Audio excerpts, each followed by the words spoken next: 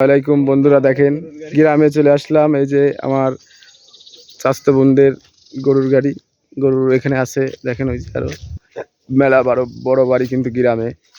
যশোরে আসলে থাকি যখন, তখন বোঝা যায় না। দেখেন এটা হলো সাইয়াল সিন্ধি গরু।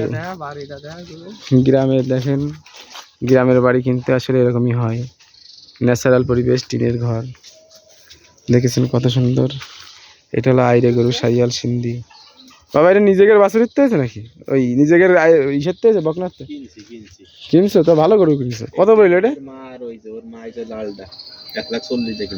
এটা তো ভালো গরু, এটা তো সাইয়াল। এইটাও তো আছে সাইয়াল, কিন্তু এটা ভালো গরু। এরকম গরু কেনার একটা চিন্তা ভাবনা আছে আমার। এই গরু কিনতে হয়, এই গরু আমি কইলাম তো, আমার মা আছে। ফ্রিজিয়ান গরু বাড়তে চায় না তেমন। এই গরু গায়ে পায় হয় সেরকম দেখি। গোশ কম হলেও মনে হয় কি সেই বিশাল নেই। সব গরু কি সমান হয়?